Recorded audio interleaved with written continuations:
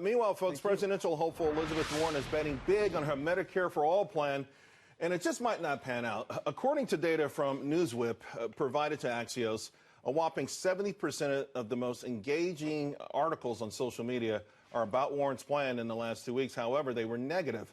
And now Hillary Clinton says that Warren's plan would never get enacted. I want to bring in Foundation for Research on Equal Opportunity President Avik Roy. So you've studied this for a long time. One thing is, though, you do agree that the healthcare system is broken. You do agree with Elizabeth Warren in that area. Oh, yeah. I mean, Elizabeth Warren is right that a lot of people can't afford their health insurance. It's not just the 29 million people who are uninsured.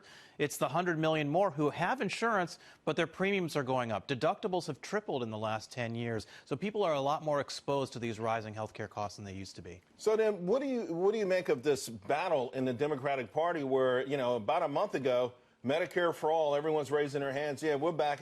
And then all of a sudden it gets a price tag of $52 trillion and they're running away from it. What do you think their solution would be, and what, in your mind, should it be?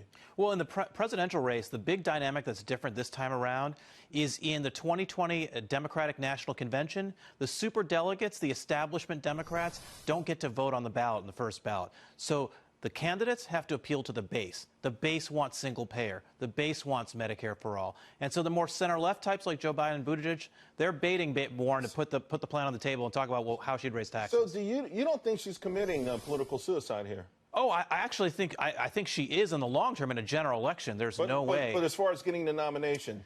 We'll have to see. I mean, in the national polls, she's sunk a little bit as Biden and Buttigieg have attacked her for the tax hikes. But the base really loves Medicare for all, so it remains to be seen who's going to win that fight. Is this an indictment also, though, on Obamacare? I mean, again, essentially, she's saying, hey, the health insurance companies wrote Obamacare. And they cannot be a part of the process in the future. I mean, the Warren plan is basically a way of repealing and replacing Obamacare with single-payer health care, right? So in the sense, you're right, it's an indictment. But the other side of the coin is, if a Biden or a Buttigieg is a nominee, someone who doesn't support Medicare for all the Republicans have been talking about, oh, Medicare for all, it's socialism. That's easy to run against. But the more incremental center-left approach of a Biden and Buttigieg, where they're trying to tackle health care costs in a way that's more appealing to voters, public option polls really well, Republicans have not yet settled on an answer to that. And they need to have an answer for voters on how to reduce the cost of health care in America. What would you suggest, then, that would be a more free markets approach but by the same token, could be sold to the American public, which I do believe thinks that the system is not fair, that, you know, listen, no one likes the co-pays, no one likes these premiums, and everyone complains about deductions. And a lot of people lost their doctors under Obamacare. Yeah, so at our think tank, the Foundation for Research on Opportunity, we've put out a plan called Affordable Health Care for Every Generation that's about this exact problem. How to tackle the high cost of hospital care through competition and antitrust. How to tackle the high cost of drugs, which a lot of it's aligned with what the Trump administration's been doing. And regulatory reforms to make health insurance more affordable, not just for people with pre-existing conditions, but healthy people too.